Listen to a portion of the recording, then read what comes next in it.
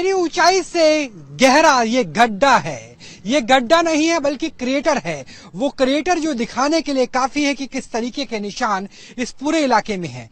News nation अकेला channel है जो डॉनबास पहुंचा है। डॉनबास में किस तरीके से शहरी क्षेत्र में नुकसान पहुंचाया गया वो हम दिखा रहे हैं। दिखा रहे हैं कि कितना गड्ढा हो जाता है, जमीन के नीचे चले जाता है, सड़क के नीचे चले जाता है गड्ढा, ताकि आपको एहसास हो कि युद्ध किस दौर में पहुंचा है। और जहां हम पहुंचे कोई मिलिट्री ठिकाना नहीं है, कोई ऐसी स्टेब्लिशमेंट नहीं है जहां पर मिसाइल से आक्रमण करना जरूरी हो। एक बार दिखाइए, ये स्कूल है। ये वो स्कूल जहां पर नई उम्मीदों की पाठशाला थी, वो स्कूल जहां उम्मीदों के मंदिर को सजाया जाता था, लेकिन वो स्कूल जो शमशान के मातम में तब्दील हो गया।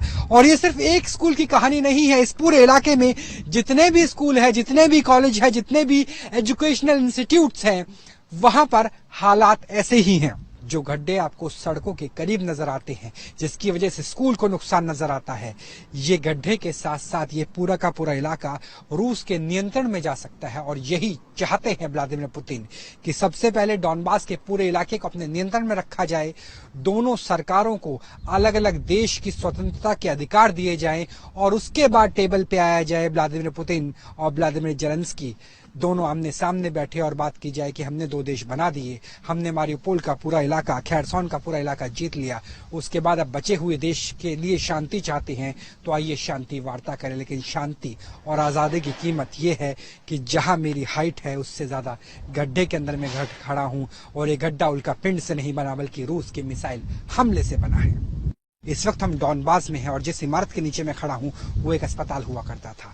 उसकी स्थिति एक बार दिखाइए विकास, और ये जताने के लिए काफी है कि जब महाशक्तियां खुद जंग में शरीक हो, जब P5 कंट्री यानी जिनके पास नाटो से ज्यादा ताकत है, एटम बम संख्या में ज्यादा है नाटो से, जिनके पास वीटो पावर है, उनके आगे जिनेवा कन्वेंशन भी बौनी साबित हो जाती है।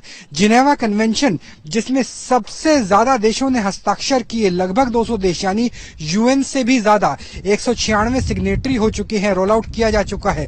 उस कन्वेंशन में कहा था कि अस्पतालों पर निशाना नहीं बनाया जाएगा, लेकिन अस्पतालों को निशाना बनाया जाता है। और एक बार आगे आके दिखाइए कि ये जो गड्ढा है, ये गड्ढा दिखाने के लिए काफी है कि कैसे जो सोवियत यूनाइटेड नेशंस के, संयुक्त राष्ट्र संघ के बड़े बड़े दावे थे, वो संयुक्त दावे किस तरीके से गड्ढे में जाते हुए नजर आते हैं। और ये सिर्फ एक रशिया की बात नहीं है। इससे पहले हमने देखा कि कैसे नाटो फोर्सेस ने, अमेरिका ने अफगानिस्तान में अस्पतालों को निशाना बनाया, कैसे टर्की की फोर्सेस ने सीरिया में निशाने बनाया, और वही हालत, उसी तरह की स्थिति डॉनबास में हमें नजर आती है। जब यहाँ पर एक बहुत बड़ी मिसाइल के जरिए हमला किया गया, उस वक्त यहाँ पर इलाज किया जा रहा था, यानी अस्पताल में जो भर्ती लोग थे उनके ऊपर हमला किया गया। हालांकि रूस की तरफ से कहा गया कि यहाँ पर जो सोल्जर्स से, जो मिलिट्री एसिड्स थे, उन्हें रखा जा रहा था, यानी सैनिकों का इलाज हो रहा था। लेकिन गीता से लेकर के जिनीवा के संधि तक हमेशा ये कहा जाता है कि जब सैनिक हथियार उठाने लायक ना रहे, तब उसमें और अपने सैनिकों में, शत्रु में और मित्र में कोई मतभेद नहीं करना चाहिए। इलाज सबका होना चाहिए, जीने का अधिकार सबका होना चाहिए। और यही जिनेवा संधि के जो 5 मौलिक कर्तव्य हैं, जिसपे सिग्नेटरी खुद रूस ने भी की है, यूक्रेन ने भी और नाटो के तमाम देशों ने भी, हिंदुस्तान ने भी, उसमें लिखा हुआ है। लेकिन देखिए कि किस तरीके से लगभग 20 फुट गहरा गड्ढा हो जाता है। मिलिट्री इक्विपमेंट्स के नाम पर जो यहाँ पर इलाज करने वाली मशीनें थी वो जलकर खाक हो जाती है। और डॉनबास की स्थिति देखिए, चाहे अस्पताल हो चाहे स्कूल हो, हर जगह तबाही और तबाही के अलावा कुछ और नजर नहीं आता। क्रेटर की गहराई देखिए, कम से कम 15 फुट गहरा क्रेटर बना है, और उसके आगे की स्थिति भी हम आपको दिखाने की कोशिश करेंगे बहुत तेजी से, क्योंकि रूस के ड्रोन जो नजर रखे हुए हैं, अगर उन्हें लगे, धमाका हुआ है, तेज धमाका हुआ है, पास में आवाज आई है अभी, और मोटार लगातार दागे जा रहे हैं। तकरीबन 5 मिनट का समय लगता है जब रूस के ड्रोन्स सूचना वहां भेजते हैं और उसके बाद मिसाइल यहां गिरती है।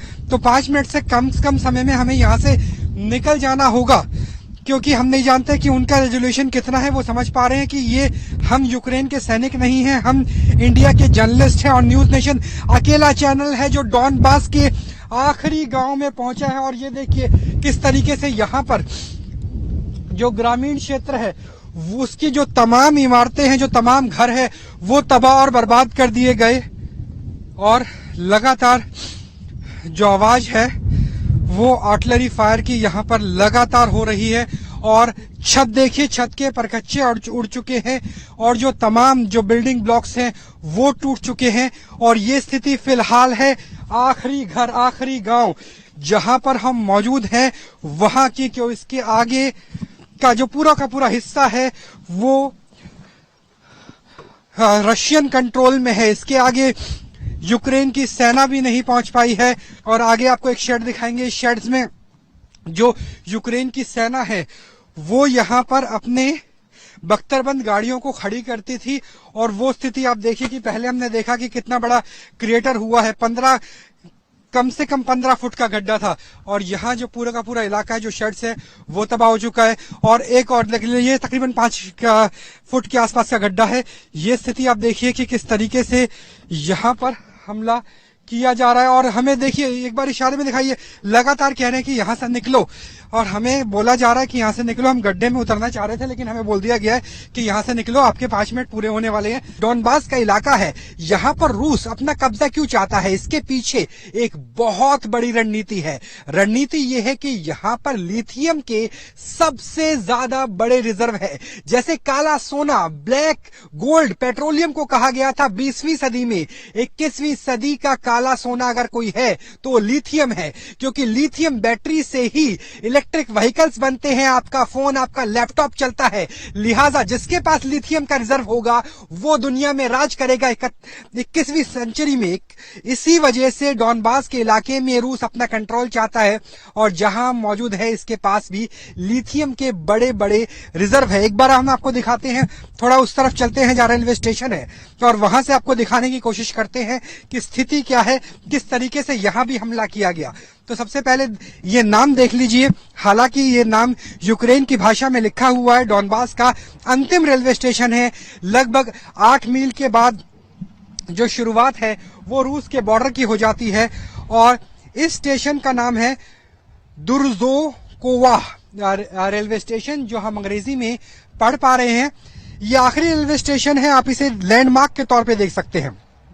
हालांकि अभी भी यूक्रेन का झंडा या लहर रहा है, लेकिन जो घड़ी जो समय बताती थी कि कौन सी रेल कब आएगी, वो घड़ी बंद हो चुकी है। जो तमाम शीशे हैं, जो कांच हैं, वो टूट चुका है। हालांकि उसके बाद इस रेलवे स्टेशन को परमानेंटली बंद कर दिया गया है, क्योंकि कोई नहीं जानता कि युद्ध कब तक चलेगा। लेकिन देखिए ये कांच किस तरीके से टूटे हैं, कितने नोकीला वो हिस्सा हो चुका है। यानी जब यहां पर रॉकेट से, मोटार से हमला किया गया तब बड़ी संख्या में लोग हताहत हुए होंगे।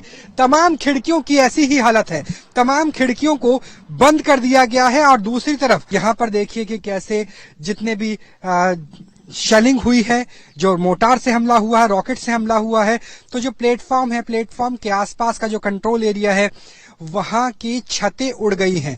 और छतें उड़ने से ये साफ पता चलता है कि किस तरीके से कितना बड़ा हमला इस पूरे के पूरे रेलवे स्टेशन पे किया गया। आपका चैनल न्यूज नेशन आखिरी माइल, लास्ट माइल, आखिरी किलोमीटर तक की आपको तस्वीरें दिखा रहा है कि युद्धग्रस्त क्षेत्र है। और वो क्षेत्र है जिस पर रूस काबिज होना चाहता है, कब्जा करना चाहता है, क्योंकि यहाँ पे कोयला है, यहाँ पे लिथियम है। और उस युद्धग्रस्त क्षेत्र में जहां शेलिंग की आवाज लगातार सुनाई देती है, सायरन कभी रुकता नहीं है, वहां से आपको ग्राउंड रिपोर्ट दिखा रहे हैं आखिरी युद्ध क्षेत्र के आखिरी रेलवे स्टेशन से, जो रूस के हमले में तबाह और बर्बाद हो चुका है। जर्नलिस्ट विकास झा के साथ Rahul Dabas, news nation, Donbas, Ukraine.